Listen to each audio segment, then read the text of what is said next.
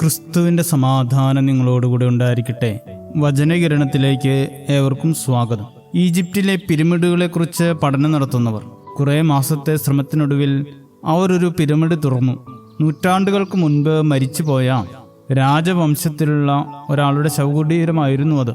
Pyramid തുറന്നപ്പോൾ കണ്ടത് അത്രയും വർഷമായിട്ടും വലിയ കാര്യമായ കേടുപാടുകളില്ലാതിരുന്ന മൃതശരീരമാണ്.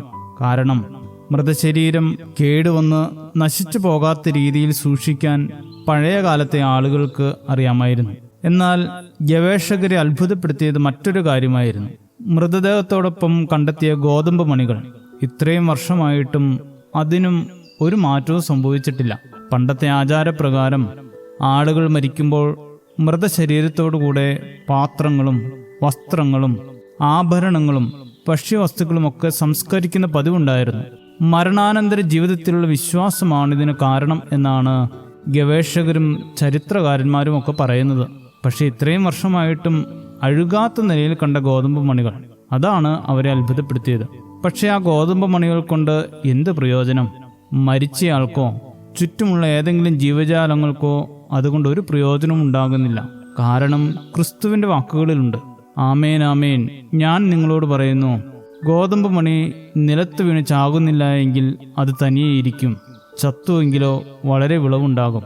അഴുകാൻ തയ്യാറാകാത്ത, നിലത്ത് വീണ് ചാകുന്നില്ലാത്ത ഗോതമ്പ് മണികൾ കൊണ്ട് ആർക്ക് എന്ത് പ്രയോജനം?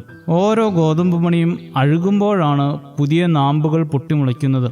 അപ്പോഴാണ് പുതിയ ചെടിയായും അനേക കതിരുകൾക്ക് ഉറവിടമായും തീരാൻ അതിന് സാധിക്കുന്നത്. അഴുകാൻ തയ്യാറായില്ലെങ്കിൽ അത് വെറുതെ കിടന്ന് നിലം പാഴാക്കി കളയുമെന്നത് മാത്രം മിച്ചം. മനുഷ്യൻ്റെ കാര്യവും ഇപ്രകാരം തന്നെ. ചില ആളുകൾ അനേക വർഷങ്ങൾ ജീവിച്ചിരിക്കും, പക്ഷേ മറ്റുള്ളവർക്ക് എന്തെങ്കിലും ഉപകാരമുണ്ടോ എന്ന് ചോദിച്ചാൽ ആർക്കും അറിയില്ല. മറ്റുള്ളവർക്കായി ഒരു നാമ്പെങ്കിലും പൊട്ടിമുളയ്ക്കാൻ സാധിച്ചില്ലെങ്കിൽ പിന്നെ ഇത്രയും കാലം ഇവിടൊക്കെ ജീവിച്ചിരുന്നു എന്ന് പറയുന്നതിൽ എന്തർത്ഥമാണുള്ളത്? ജീവിക്കുന്നത് കുറച്ചു നാൾ മാത്രമാണെങ്കിലും ലോകത്തിന് വേണ്ടി എന്തെങ്കിലുമൊക്കെ ചെയ്യാൻ സാധിച്ചുവെങ്കിൽ അതെന്നും ലോകം ഓർത്തിരിക്കും.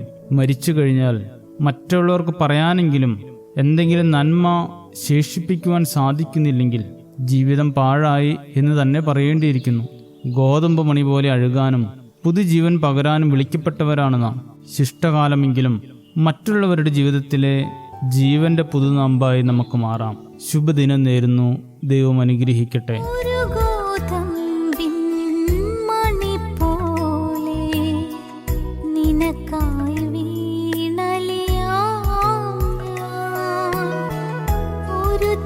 കടുകോളം വിശ്വാസമിൻ ഹൃത്തിൽ നീന്നു നൽകിയിടണേ, നീന്നു നൽകിയിടണേ.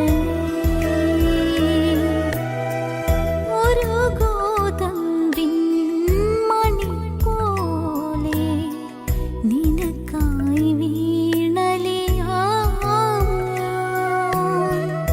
ഒരു തരി കടുകോളം വിശ്വാസമിൻ